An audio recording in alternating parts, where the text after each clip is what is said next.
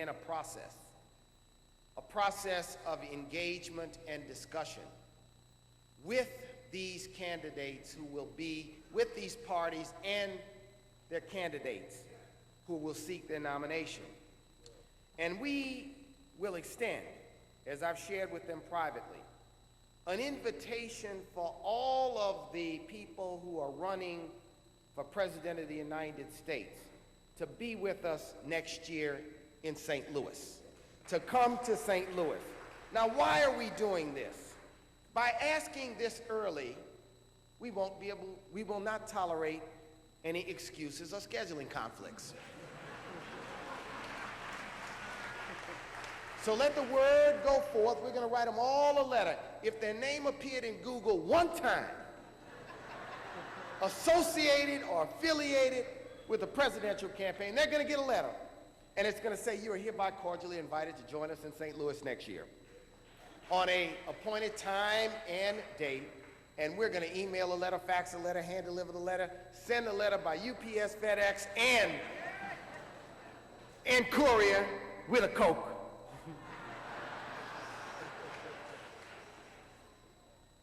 But more importantly, and as importantly, we're going to work to change the conversation with those that want to lead this country in this fashion.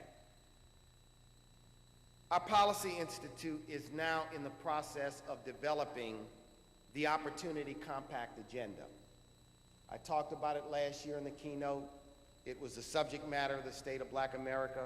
We want to develop concrete public policy proposals that operationalize with specifics our thoughts about how to close the economic divide in America. And why are we going to do this?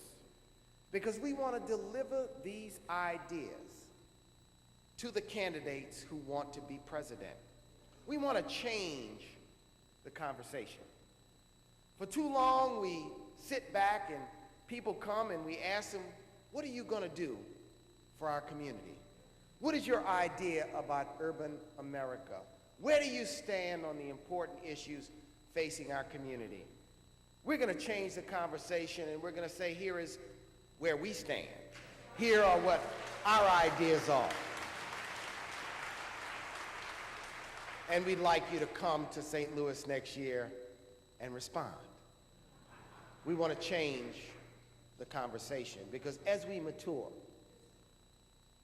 as players in democracy, as we mature as a movement in seeking to impact public policy, we've got to return to our roots. I was reading the proceedings of the 1975 conference here in Atlanta.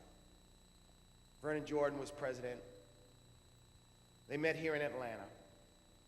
And at that conference, the Urban League released policy proposals on a wide variety of important issues, on transportation, on workforce development, on housing and community development, and assembled the very best and brightest minds in America to help them pull those ideas together.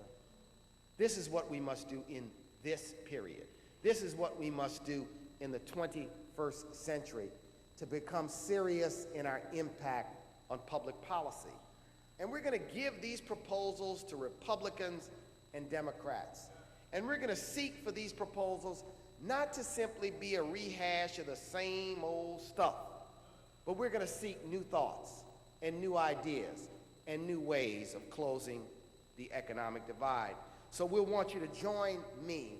I may need to call on you all and make some phone calls to all these people who are running and say, you better be there or be square. Finally, or the third action step I want to talk to you about is something I've been thinking about for quite a long time. Recently in New York, there was a man charged with a hate crime. He committed an act of violence while uttering an ugly racial epithet. His defense was that this racial epithet, the N-word, had now become so mainstream, so common in its usage, that it was no longer a derogatory term. Now, I want to ask you to join me in a personal and collective pledge. We've got to remove the N-word from our private conversations. We've got to remove it.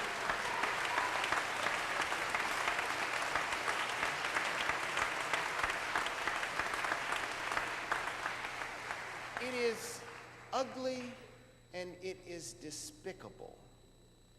And if we don't want it to appear in music, then the people who make music can't hear it in their homes. They can't hear it in their neighborhoods. We've got to remove this word from our vocabulary because it is unacceptable, and we can't expect others not to use it if we pretend somehow that it is a term of endearment. It isn't.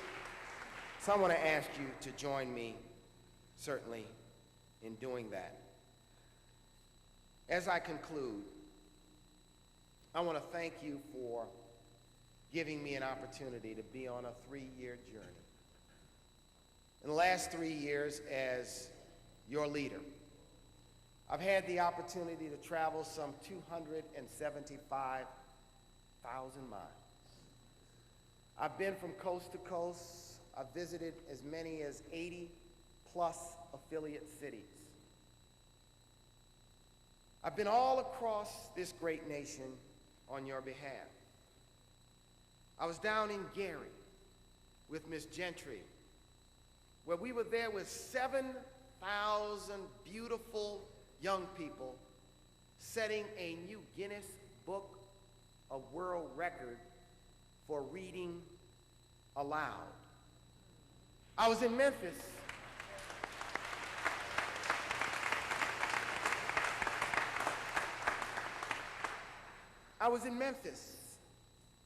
And in Memphis, we were